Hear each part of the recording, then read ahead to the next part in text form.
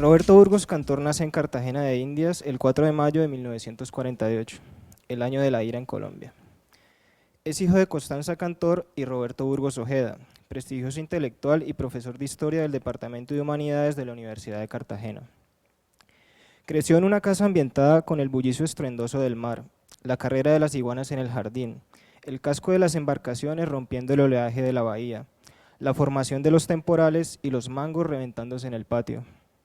Fue la gran biblioteca del padre la que le hizo los primeros guiños literarios al joven Roberto. Joyce, Faulkner, Moravia, Kafka, Pasolini, entre muchos otros. Se gradúa del Colegio de La Salle de Cartagena y en 1967 se va a estudiar Derecho a Bogotá. A su llegada se interna en las aulas de la Facultad de Derecho y Ciencias Políticas y Sociales de la Universidad Nacional de Colombia. Un ambiente académico en el que reinaba un formalismo y rigor lógico que a menudo era interrumpido por una realidad tumultuosa con el cual no parecía tener conexión. Con más pena que gloria, Burgos Cantor concluye los estudios de una profesión que detestaba y se gradúa de abogado en 1971. En adelante y para siempre, el amor por la literatura le ofreció una trinchera menos visible para la aplanadora de los sueños de una vida distinta. Se aferró a la literatura como una manera de dignificar la existencia y evitar a toda costa el envilecimiento en medio del desconcierto general. Se dedica a escribir historias en una Colombia en la que el horror es un sentimiento cotidiano y escribir una necesidad. Descubre que lo único que el escritor puede poner en medio de las devastaciones de la muerte y la humillación persistente de la injusticia es la belleza. Ha publicado las novelas El patio de los tiempos perdidos, El vuelo de la paloma, Paola del ángel, La ceiba de la memoria, Con las mujeres no te metas o Macho abrázame, Ese silencio y El médico del emperador y sus hermanos. Los cuentos Lo amador y otros cuentos, De gozos y desvelos, Quiero es cantar, Juegos de niños, Una siempre es la misma y El secreto de Alicia. Y por último, un libro de testimonio de época, Señas particulares. En el 2009 gana el premio de la narrativa Casa de las Américas y es finalista del premio Rómulo Gallegos con su novela más ambiciosa, La ceiba de la memoria. En sus obras lleva al mundo del Caribe a la literatura, descrito con asombrosa minuciosidad. Crea un espacio mítico capaz de generar muchas historias individuales que pueden agruparse en una sola. Ha construido un universo propio con una narrativa poética en la que coexisten una naturaleza luminosa y rebosante de vida, y la mezquindad, la desolación, el desasosiego y la desesperanza. Esto con la convicción de que la literatura tiene la obligación de atreverse a nombrar, no solo de señalar. En sus obras pone en evidencia, por medio de las voces de sus personajes, la metamorfosis sociocultural del sujeto urbano, sus perspectivas acerca de la ciudad y sus actividades y relaciones afectivas dentro del entorno citadino.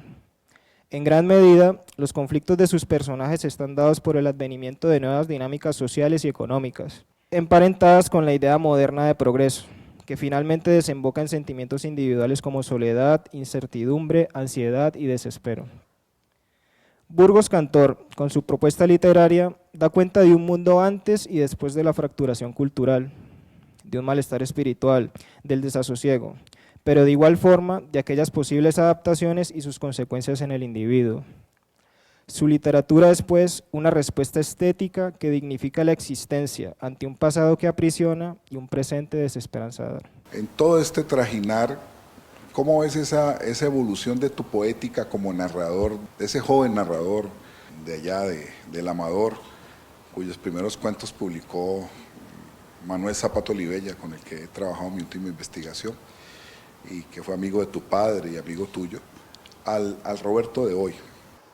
El barrio, el puerto, los mecánicos, la música popular y otros elementos de lo popular, de alguna manera resuelven la incertidumbre que asola al escritor. Óscar Collazo le encantaba decir el escritor cachorro. Yo a veces digo el escritor que empieza y me resulta un poco impreciso porque el escritor siempre está empezando. El escritor no se gradúa, no concluye. Entonces, en esos momentos iniciales, la obsesión parece ser la misma de toda la vida de la escritura. ¿De qué escribo y cómo escribo? Y resulta que en nuestro entorno literario, nuestro entorno cultural también, ese de qué escribo estaba mediado por una imposición que era un modelo de sociedad basada en ideas duras y de alguna manera viejas de ciertas doctrinas morales de la Iglesia Católica, de un hispanismo que había llegado y se había detenido a todo lo que la sociedad española hizo con Franco. Claro, en ese mundo habían desaparecido para quienes nos formábamos entonces, había desaparecido Cervantes, había desaparecido Quevedo, había desaparecido Fray Luis de León, había desaparecido Góngora, para hablar de una lengua a la cual nos debemos, la nuestra. Entonces, ¿de qué escribo? Estaba interferido porque había que poner de por medio una construcción de un ideal que estuviera conforme con esos elementos en los cuales no solo intervenía la religión, sino intervenía también la academia. Me asombró mucho alguna vez en un congreso de la lengua en Cartagena de Indias, cuando el poeta que ustedes conocen, Giovanni Quesep, dijo: en Colombia no hemos tenido grandes poetas, y fue algo tan fuerte que quienes lo escuchábamos en el viejo claustro de Santo Domingo nos quedamos callados, y al salir con cierta timidez le pregunté a Giovanni, le dije: ¿qué quisiste decir con eso? Me dijo que no hemos tenido grandes poetas, no tenemos un poeta como Neruda, no tenemos un poeta como César Vallejo, no tenemos un poeta como tal. Y le dije: ¿a qué lo atribuyes? Me dijo: a la academia. Entonces era muy interesante porque quienes hayan estudiado a Giovanni saben que su primer libro es un libro de sonetos bien mediditos, como son los sonetos, que publicó cuando era un estudiante de filología en el Instituto Caro y Cuervo. Entonces, el de qué escribo tenía un muro tremendo, porque lo que sentíamos los muchachos de entonces es que ese mundo no nos pertenecía, que ese mundo no concitaba una emoción, un deseo de escribir, de buscar formas.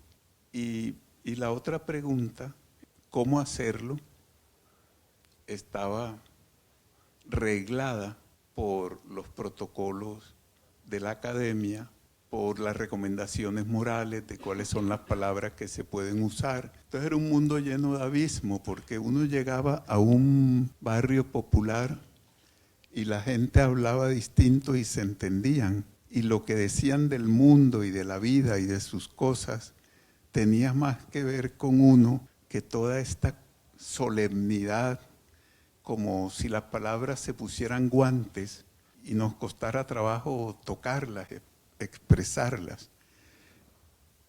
Entonces la presencia del barrio, podría decir que en ese momento atemorizaba un poco, porque el reclamo que se hacía a la literatura de América por los grandes críticos era por la ausencia de la urbe, de la ciudad, pero no era la urbe del poblamiento hispánico, sino la urbe del hombre angustiado, solitario. Y teníamos un ejemplo riesgoso y valiente, que fue un libro que salió unos años antes de un autor de Cali que hizo parte de lo que se hacía en la época.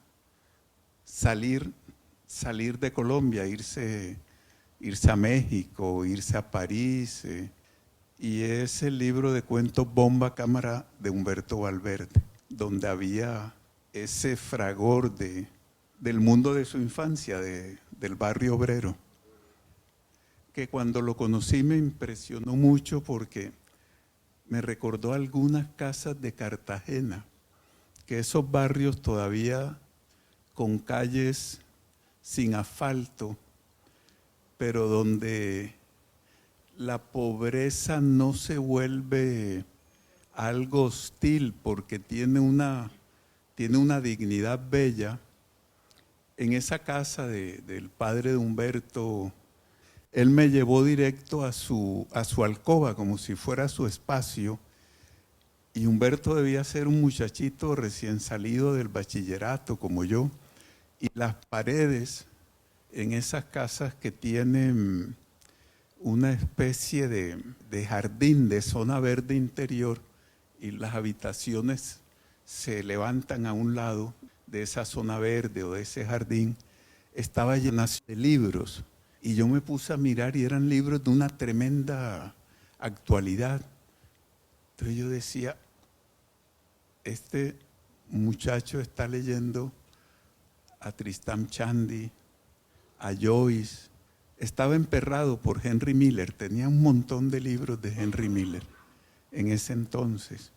Entonces yo creo que había, en el caso de Humberto, por la fidelidad a su vida, y en el caso mío, por no quedar atrapado en un mundo artificial, falso, que produjo lo que produjo en nuestros antecedentes literarios. Quisiera ir un poco más atrás. Hay una frase que dice que hay dos tipos de escritores, los que quieren escribir y los que escriben.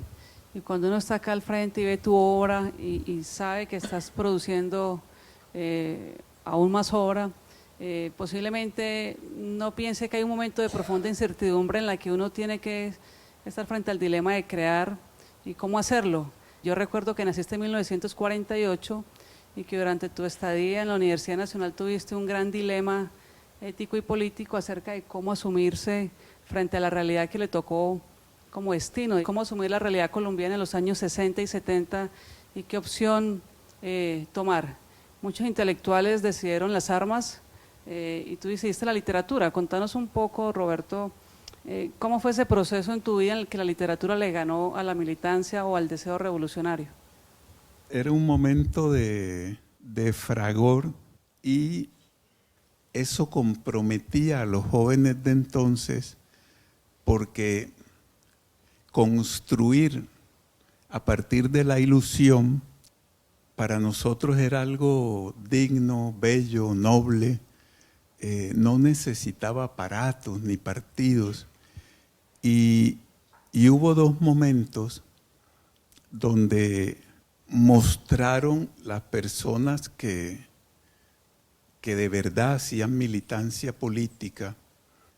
Había alguien de cerca del Valle, Álvaro Fayat antes de ser del M-19 fue del Partido Comunista, pero era Álvaro un tremendo lector de literatura.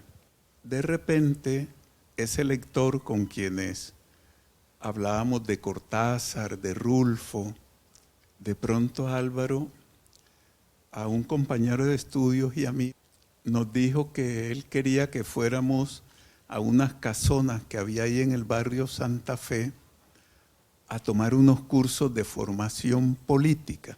Yo conservo el libro que me dejó Álvaro, es un tremendo tomo de Lenin que lo conservo porque está con subrayas y firmado por él, pero él no dijo para que leas, dijo para que estudies el qué hacer. Fuimos 2 noches y eso era imposible, yo no entendía nada de nada y hacía frío y el café era malo y bueno, entonces eso era un fracaso, pero Álvaro era esa clase de seres que mantenía un respeto por la diferencia. Entonces fueron pasando los días y a veces estaba Álvaro, lo encontraba en el apartamento donde ya vivía con mi mujer y había un hijo, y Álvaro estaba leyéndole cuentos de Bradbury. Entonces eso me emocionaba mucho, y el diálogo que recuerdo, que es como el de la despedida, me hizo una larga explicación lógica, perfecta, de por qué ellos tenían que irse a la guerra. El argumento era que Colombia había sufrido lo del año 48 y que eso había ocurrido porque siempre el pueblo se veía acorralado contra la pared, porque no había un pensamiento, no había un partido, no había una dirección. Entonces que ya era su decisión, todavía era del Partido Comunista. A medida que los años pasaban, yo creo que el horror de la muerte le marcó más, tenía una mirada de delirio que yo atribuía a su tremenda lucidez. Y esa vez dijo, no, ya mataron a alguien, eso va a ser un problema, no sé cómo se le va a enterrar porque están encima de nosotros, el ejército, tal. Y cuando pasaron los años, ya él estaba metido de cabeza en la guerra y no volvía a saber de él hasta que lo mataron. Y en ese ámbito de la universidad, donde uno sintió ya que la ilusión no podía construirse con la violencia, fue que una mañana suspendieron las clases, fuimos a un salón grande que tenían la Universidad Nacional, donde había un café, la barbería, no sé qué otra cosa, y en una mesa de la cafetería estaba tirado el cadáver de un hombre, de un estudiante de ingeniería, y me dijeron, Carvalho, lo mataron anoche, y me mostraron dónde le habían dado el tiro por el tema de la guerra. Pasaron pocos días y comencé a hacer amistad con un poeta argentino, José Viñals, que llegó por circunstancias de trabajo a Colombia y se quedó un tiempo. Y estábamos hablando del dilema. Viñals era un poeta renovador, irreverente, y una noche me dijo, no te molestes, me voy a reír de tu dilema de la pluma o la guerra, porque cuando tú llegues a un páramo, una montaña de esas, no va a pasar un día y te van a fusilar. Entonces, después yo vi como todos esos intelectuales de la universidad, gente de la ilusión, lo fueron fusilando por diferencias surgidas de un dogma. Sí, el dogma de que hay que ganarse el fusil, entonces mandan a el cura Camilo Torres a que vaya a quitarle un fusil a un soldado, a un hombre que a duras penas levantaba el copón con el Santísimo cuando hacía misas. Entonces eso era una locura. Ahora entremos más en materia de una de tus novelas que sin lugar a dudas pues marcan un hito muy alto en toda tu producción, que es La Ceiba de la Memoria. Y yo quiero que nos cuentes el origen de la novela, que es una novela profundamente cartagenera, tus entrañas, y que nos cuentes un poco el origen de la novela y bueno, lo que significó para ti escribir una novela tan compleja y de tan hondo sentido como es La Ceiba de la Memoria. Surge de una resistencia. Había en el aire de la época cierta predisposición a que los escritores de Cartagena debíamos escribir una novela histórica, Y digo resistencia porque yo no veía mucho sentido a agregar al relato histórico un relato ficcional que bien visto sería lo mismo. Sin embargo,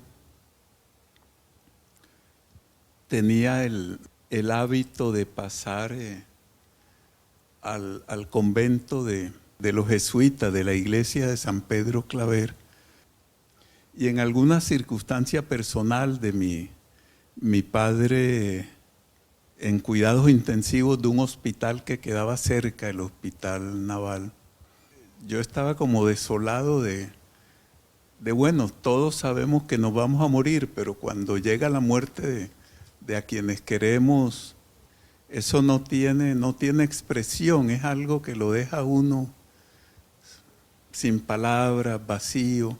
Y me acordé que yo había ido durante la infancia con él a la pequeña capilla donde el Santo Claver hacía las misas y etcétera. Era un lugar desangelado. El recuerdo de infancia era un lugar de recogimiento, de magia, y quisieron, seguramente por la fidelidad histórica, dejarlo como fue, pero ya ese dejarlo como fue, unos tablones carcomidos, rotos, no era atractivo, era incluso feo. Y estaba allí caminando, viendo dónde se ubicaba el santo, a ver los galeones que llegaban con los esclavos, porque había una ventana que miraba directamente al puerto, al embarcadero. Y pensé que sobre Claver no se había escrito. No pensé directamente ficción, pensé no se había escrito. Hice algunas preguntas y había como un enigma, y era que este hombre, cuando murió, ya lo habían olvidado. Toda la gente a quien le hizo esa forma de la caridad impositiva que él hacía, porque le rompía los tambores a los negros, los regañaba y los bautizaba y les curaba las heridas, estaba perdido para esa sociedad. Sin embargo, cuando corre el rumor que murió Claver porque agonizó casi 2 años, se tiraron ahí a la iglesia, al altar, y todos querían tener un recuerdo de Claver, un cabello, un diente, un pedazo de la sotana. Dije, qué cosa interesante, pero pensé como esos hechos del olvido, el reencuentro, que de pronto podrían ser un cuento. Y me puse a escribir ya cuando murió mi padre. No sé si traté como de mantener allí un recuerdo de esa situación. Y para mi sorpresa,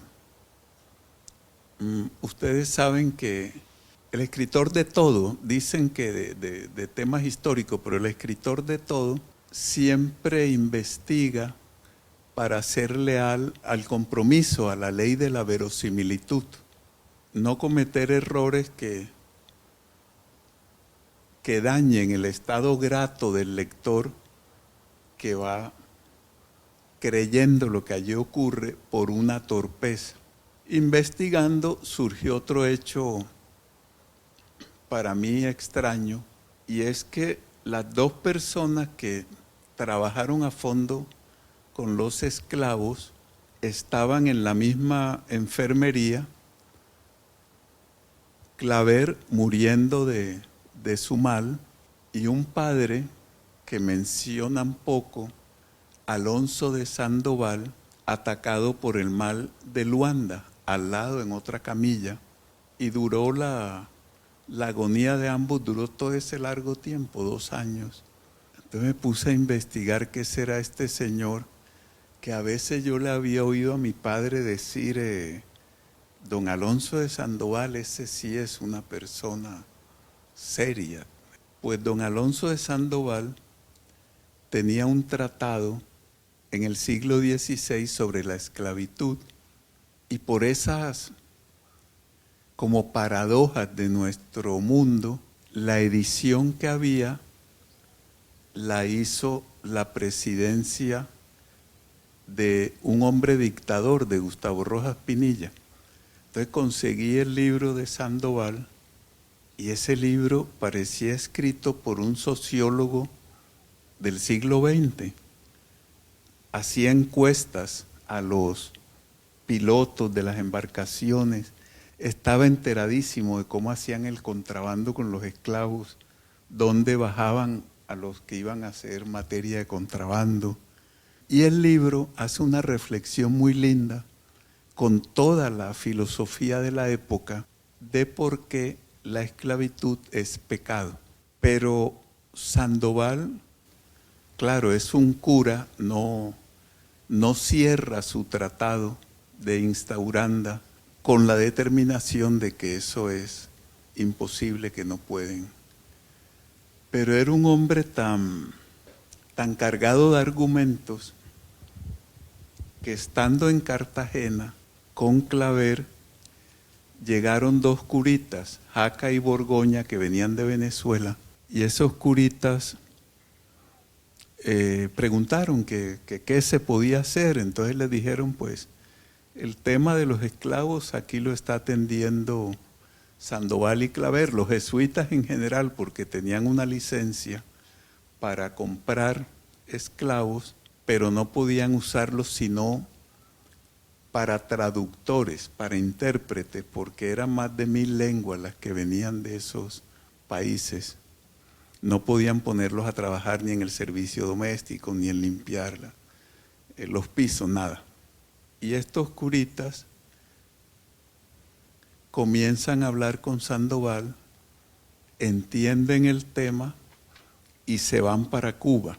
En Cuba, como sí había economía de la plantación, las grandes cañaverales para los ingenios de azúcar, etc., el número de esclavos era grande, no era como el de Cartagena, porque en Cartagena estaban en el servicio doméstico y los otros los habían mandado a las minas o a abrir lo que hoy es el canal del dique, que lo empezaron en esa época. Entonces, estos curitas comenzaron a confesar, iban a la catedral y llegaban los dueños del azúcar a confesarse, y Jaca y Borgoña, cada uno por su lado, preguntaba cuántos esclavos tienen, 90, 100, 130, ¿cuándo los va a liberar?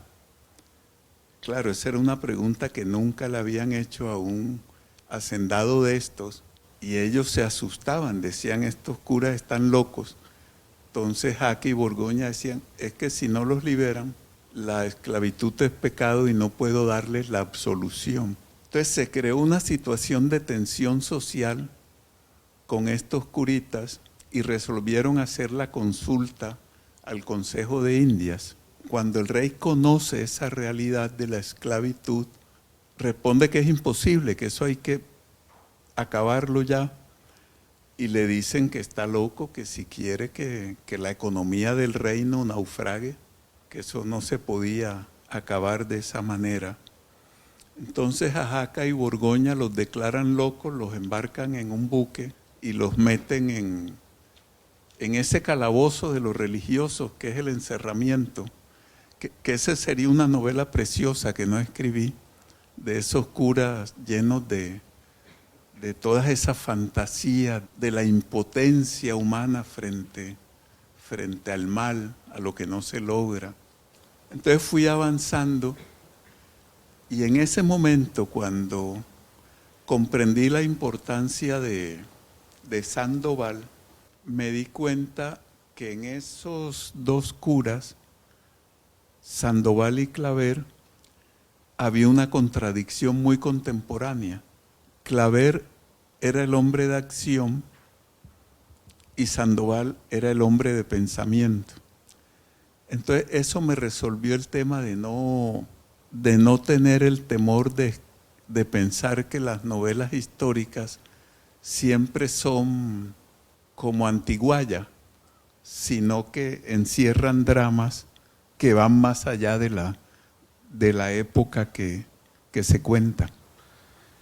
Todo escritor apuesta a organizar su mundo ficcional a partir de unos códigos, digamos de unos códigos de representación.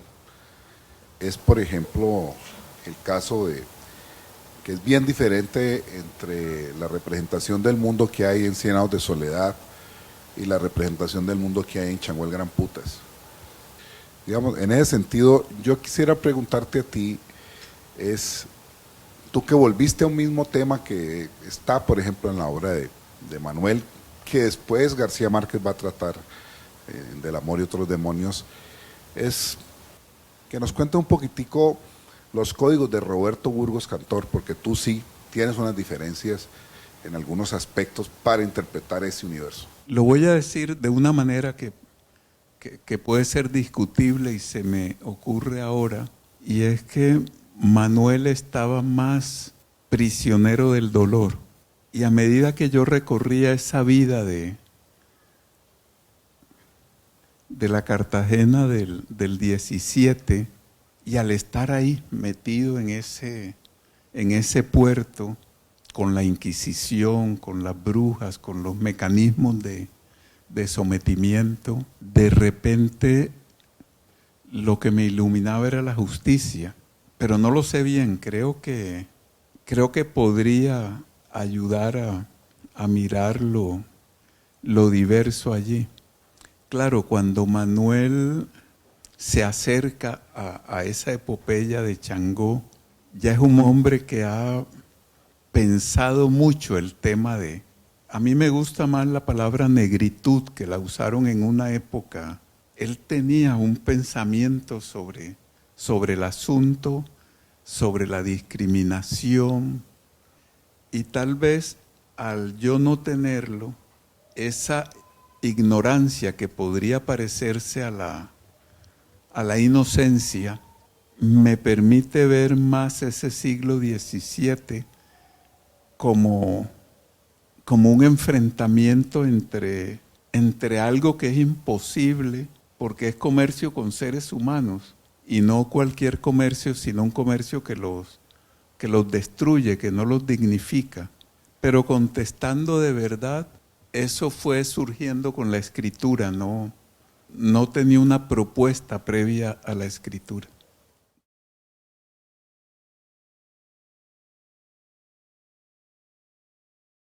En los encuentros sexuales que hay allí entre los curas y los esclavos, entre los españoles también desarraigados, la esposa del escribano de un rey, hay una escatología, y en esa escatología hay un tratamiento muy excrementicio. Hay leprosarios en esa Cartagena del siglo XVII, muchos esclavos muertos, torturados, de una forma muy, muy natural para la época. Leyendo esas escenas sexuales de diferentes ángulos, uno encuentra que la conciencia del autor se expresa en el tratamiento poético, cuando es un sexo consentido, por ejemplo, entre un esclavo formador de palenques y la esposa del escribano del rey. Y hay un tratamiento escatológico, excrementicio, residual, cuando es un encuentro sexual producto de una violación, un sometimiento, una coacción, y allí está el autor de una forma descriptiva calificando ese mundo y calificando ese encuentro. Roberto asume la escritura como exploración. Esa escatología y esa conciencia del autor estaba previamente pensada a la hora de abordar la obra, o estuvo allí permanentemente aflorando como tu conciencia de mundo de una forma inconsciente. Sí, eso fue surgiendo con la escritura, y no es como por hacer bromas o desplantes de escritor, sino que el escritor, cuando lee lo que está escribiendo, lo lee en un estado de aturdimiento, porque está buscando, está aventurándose, está resolviendo retos. Hay una pareja maravillosa que sí creo que es una forma de reivindicar la esclavitud en de la literatura colombiana, y es contando en primera persona dos esclavos, en este caso Bencos Biojó y Analia Tubari. Nos hables un poquitico de lo que significó para ti eso, porque en la novela colombiana ese es uno de los avances importantes, poder indagar la esclavitud a partir de sus propios actores. Sin duda había un elemento de lealtad, porque aunque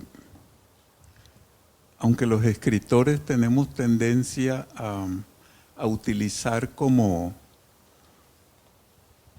argumento aquella expresión de Flaubert cuando le preguntan quién es Madame Bovary, Flaubert responde, y sobre la respuesta yo no sé si es una respuesta estética o es una respuesta caballerosa.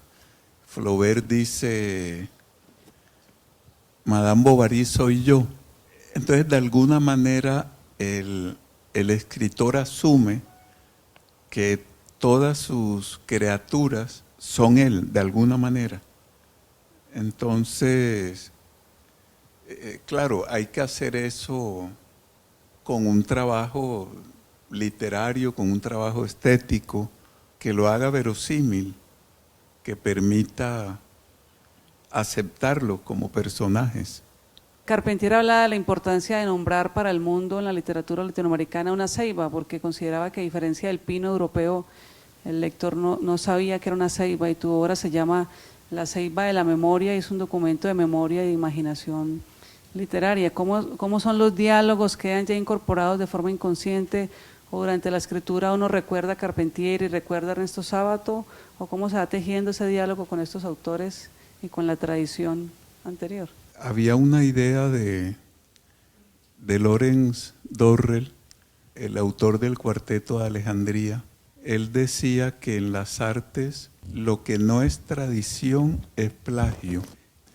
Y yo creo que el buen entendimiento de la tradición es esa fecundidad, esa interrelación que un escritor establece con otros escritores, y que no es con todos, son con los escritores con los que puede dialogar, encontrarse, resolver. Y claro, son escritores, los dos que han mencionado, que cada uno en su espacio literario aportaron a nuestra literatura, a nuestro idioma. Yo he vuelto a leer muy reciente esa primera novela que tiene prólogo, un prólogo que a veces aparece y en otras no, sobre lo real maravilloso. Y en esa novela joven de Carpentier comienza uno a darse cuenta que de alguna manera Carpentier notó que nuestro mundo americano estaba sin ser nombrado. Entonces, cosas sencillas, una calle donde está el carnicero y está el barbero, comienza a describir eso. Uno se asombra, es porque, ¿qué nos está enseñando o Sábato o Carpentier? Nos están enseñando que para el escritor que tiene el arraigo de una tradición en su pueblo, en su comunidad, le resulta bastante más sencillo mencionar un palacio, un río, una calle, pero en el mundo americano, tanta novela de la selva había cubierto, tapado la posibilidad de indagar los personajes, los dramas humanos, porque estaba como eso, el asombro de lo exótico. Entonces pedían la urbe. Y Carpentier dice, no, la dificultad para el escritor de América con la urbe es que la urbe latinoamericana cambia cada día. No hay lugares de referencia.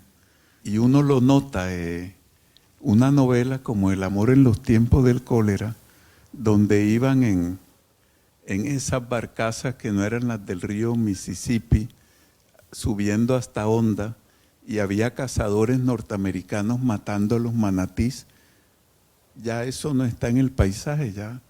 Y los manatís fueron primero de mar, después fluviales, y ahora en extinción. Entonces, eso en un hecho de la naturaleza. Ahora, en el hecho artificioso, las construcciones, los edificios, las tiendas, el cambio es tremendo. Bueno, me acabo de leer tu última novela, El médico del emperador y su hermano, que me parece una manera muy, muy bella y poética de entrar al tema de la muerte, de la decadencia, de las desgracias. Pues evidentemente el personaje que está detrás es Napoleón Bonaparte, pero la novela no es sobre Napoleón Bonaparte, sino sobre Antomarchi, el médico de Napoleón.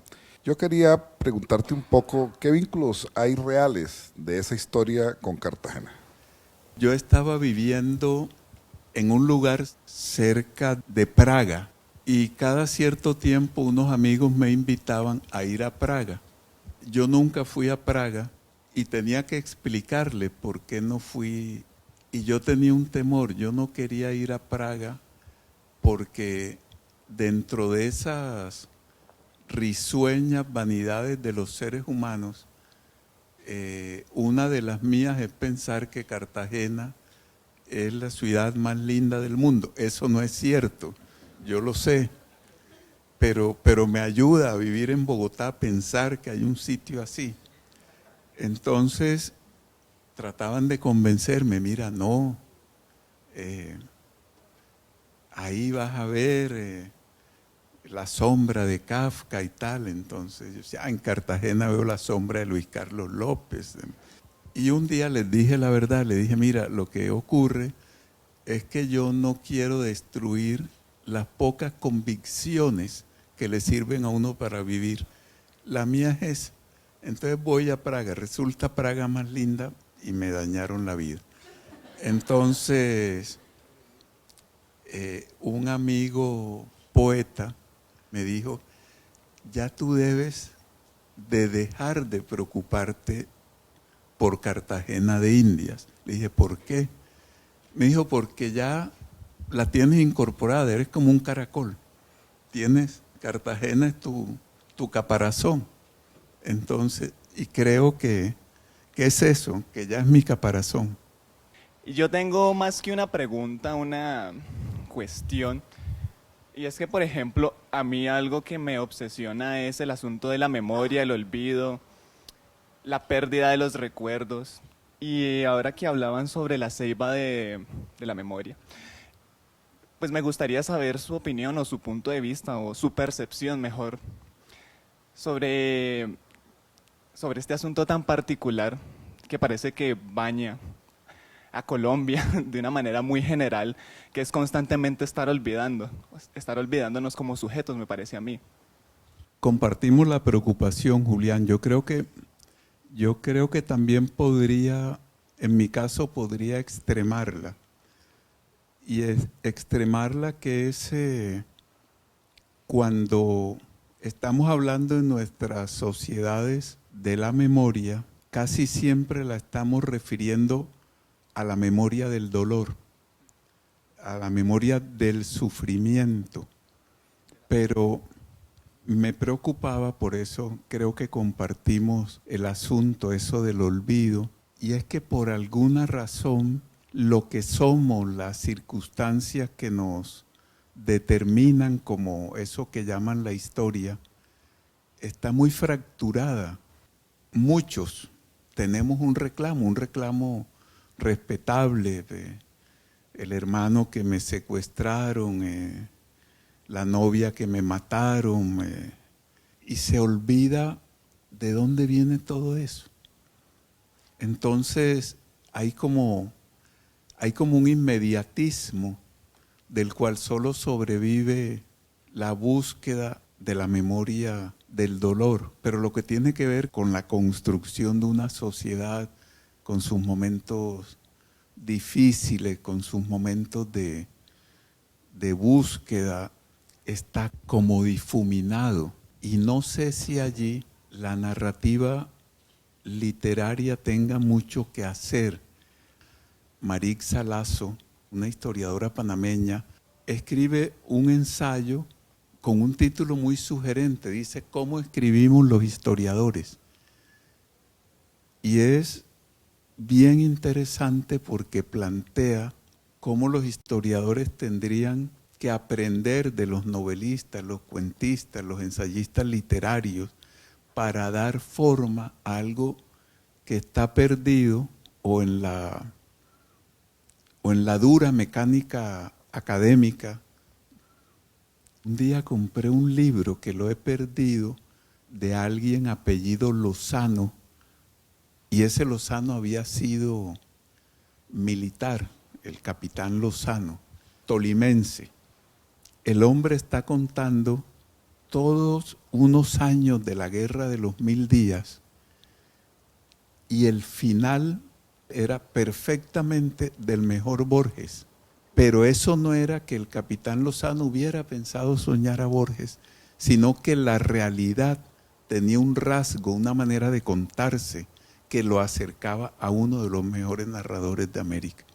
Muestra cómo van los ejércitos que van a la guerra, y uno de esos ejércitos son más de 1000 hombres con escopetas viejas y machetes, y viene una mujer ansiosa, corriendo, mal vestida, con un niñito en los brazos, hasta que alcanza a su hombre y le dice: vine porque quiero que veas a tu hijo que nació hace una semana.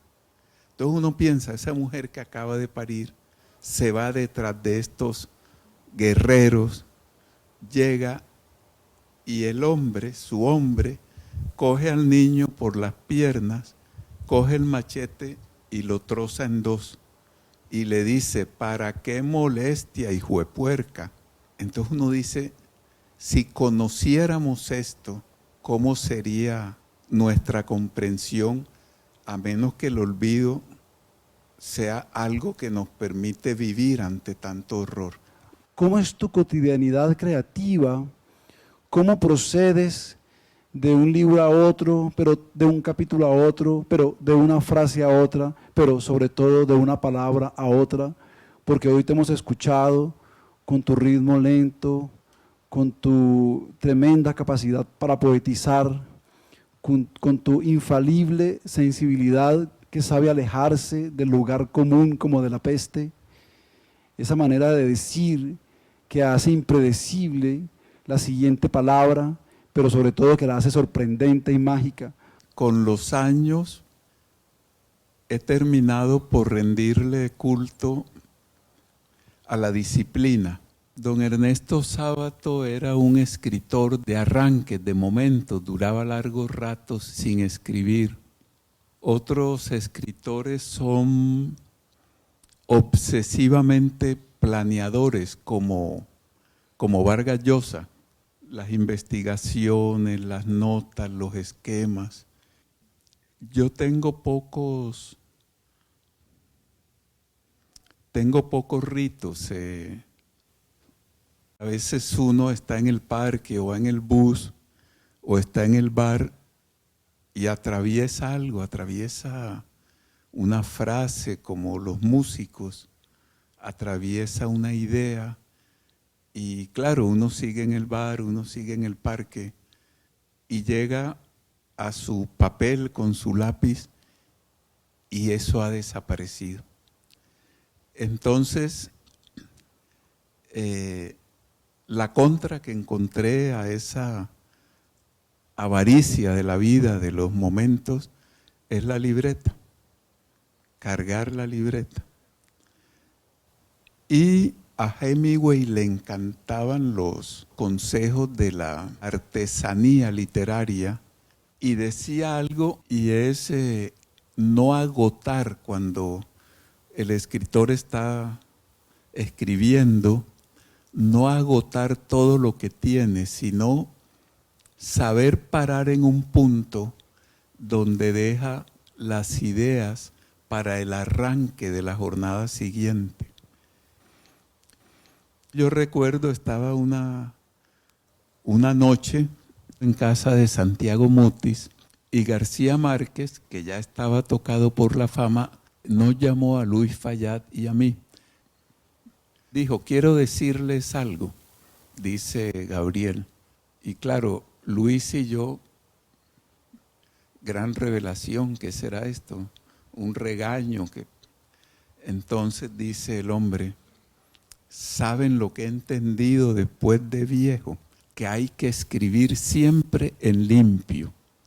Entonces, bueno, maestro, ¿y cómo es escribir en limpio y tal? Dijo, no se paren de su lugar de escritura sin haber dejado el texto lo mejor que puedan dejarlo. Porque mucha gente escribe y después corregimos. Y corregir después en ese estado es peor que volver a escribir. Un día me dijo, ustedes van a estar muy fregados, ustedes somos todos nosotros, porque en español los adjetivos ya están repartidos. Entonces le dije, ¿y entre quiénes, maestro y tal? Entre Borges, entre Rulfo y yo.